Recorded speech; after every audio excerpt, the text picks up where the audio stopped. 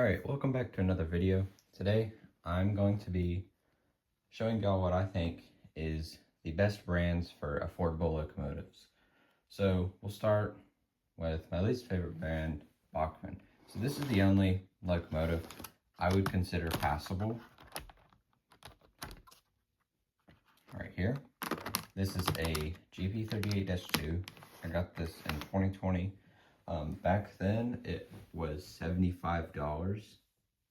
And now it's 138, I think, which is crazy because it's not really that affordable anymore, especially for a Jeep that's just standard DC.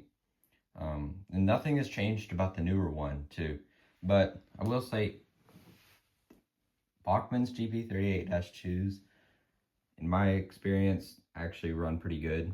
They're the only Bachmann locomotive I would consider passable, but it's not got directional lighting, but both headlights are very bright, and it has decent pulling power, and it's never really let me down.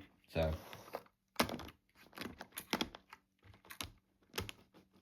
the next brand is Atlas. I've got a couple Atlas locomotives. This one right here looks like it's new, but it's actually not. It's from the 90s. This was when Atlas put Roco drives in their locomotives, and these things are quieter than most modern engines, and it's got a really good pulling power. The only thing I have against this locomotive is the headlight is not super bright, but otherwise it's very smooth, very little maintenance, and it's all-wheel drive. That's kind of not very common, especially from something from the 90s. So I got this engine for $40 at a train show, and if you go to a train show, you pick them up for that's basically that price. So that's Atlas. I have a couple other Atlas locomotives, but that's the only one with the Roco drive. The other ones are pretty loud, though, but they have all-wheel drive and good pulling power. Next brand is Athearn. I'm going to start with the older Athearn engines, Athearn Blue Box engines, and then we'll work our way up. So I've got a couple of these here.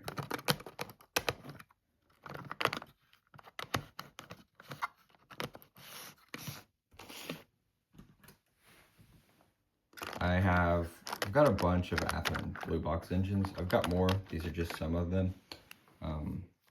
So I got this at a train store for $20, and it runs like an absolute champ.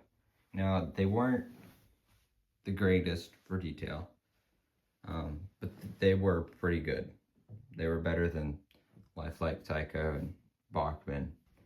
And then they did put metal handrails on their locomotives. Most of them were optional. Some of them did come straight from the factory. I think this one did.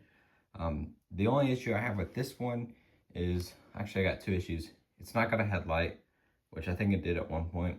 I don't think that was an Athearn problem. I think someone just took it out. And somehow it's wired backwards, but it's not actually got wires in it. It's got their, metal bar that runs through the engine. I don't know why. I've tried to fix it. If anybody knows how to fix that, just let me know in the comments. This engine has great pulling power. It sat for probably 30 years. I got it recently from a family member, and it ran with no issues. They're not the quietest engines though, but they have some of the best pulling power. And if the couplers are still on these, they come with metal KD knuckle couplers, which companies now don't even put on locomotives or rolling stock. So, but these engines are very cheap, affordable, but they run like really well, and they make a ton of different. Athearn Blue Box made a ton of different locomotives, and a bunch of different paint schemes. And then next, we'll move on to the newer Athearn stuff. I've only got Athearn ready to run engines. But these two I picked up for 150 bucks. This one's older. It is from like 2010, and this one's pretty much brand new. I got them both for 150. They've been great runners. The only issues I have with Athearn, the newer Athearn locomotives, is their handrails are very flimsy and tend to break like straight out of the box, which is not something you want to see. And their couplers are not great. They're like super tiny, but they have really good pulling power. Very nicely detailed in my opinion. And for 150 bucks for a 6-axle locomotive, that's a pretty good deal in my opinion. Next up, we'll go to probably my favorite modern brand, Walthers. Now, Walthers is the newest out of the bunch, but we'll start with their cheapest locomotives. And these are also the cheapest locomotives you can buy currently on Amazon.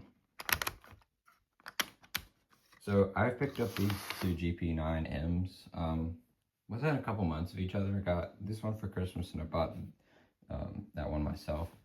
And they don't have directional lighting like the rest of them. And the headlights are not very bright in these, but that's the only complaint I have with them. The handrails are very, very sturdy. And they've got really good pulling power. And they're pretty nicely detailed for $64, which is how much these things cost. And these are brand new. So, and they don't come with the nicest couplers, but I've not had any problems with them, and they're not super breakable like Athearn and Bachmann's. So these are pretty good locomotives. I would recommend these if you're like just getting into the hobby and you don't want to pay a bunch of money for a Bachmann starter set that's gonna break. Because my first one didn't even run out of the box. We had to send it back and get another one. So that's a story for another video. This is a bit more higher quality Walther stuff. This engine will cost you around $80 to $90, and it comes in a bunch of different paint schemes. I've had this engine for like 3 years now. It does come with spring-loaded couplers right there, and handrails are pretty sturdy, and it does have directional lighting, and it's a very good puller. It's a very solid locomotive in my opinion. And now, the newest locomotive in my collection is this engine. This is a Walthers mainline locomotive, a big step up from the 3 Jeeps I just showed y'all. It is a Sioux-Line SD60M, and you will not believe the price on this thing. This engine is more expensive than this engine. This engine was $130, and it's not a Walther straight line, it's a mainline, which comes with very good couplers. And this engine has also got directional lighting, and it's a really good puller. And it is actually pretty good on going, or you can go with Athearn Ready to Run or older Athearn Blue boxes, which do come with metal knuckle couplers. Not the newer ones, the older ones. But I wouldn't buy Bachmann diesel locomotives. I've had some issues with those in the past, and I kind of think they're a waste of money, and they're not the best detailed. But Atlas is also a really good brand. Some of their locomotives are affordable. But if you're getting into the hobby, I would go with these cheap Walthers engines that run really well. So that's it for this video. Remember to like and subscribe.